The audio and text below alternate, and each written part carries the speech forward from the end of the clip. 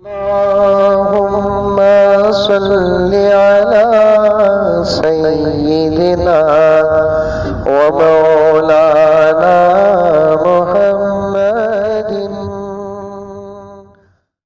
रहमतुल्लाहि व बरकातुहू।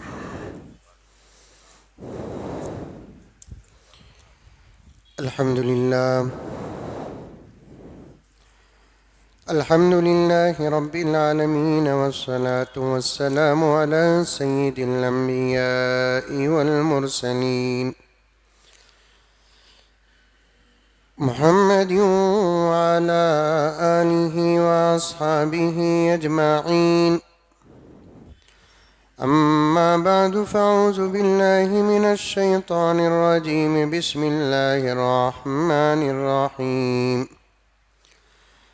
या अय्युहल्लज़ीना आमनु उदख़ुलू फ़िस्सिल्मि काफ़्फ़ा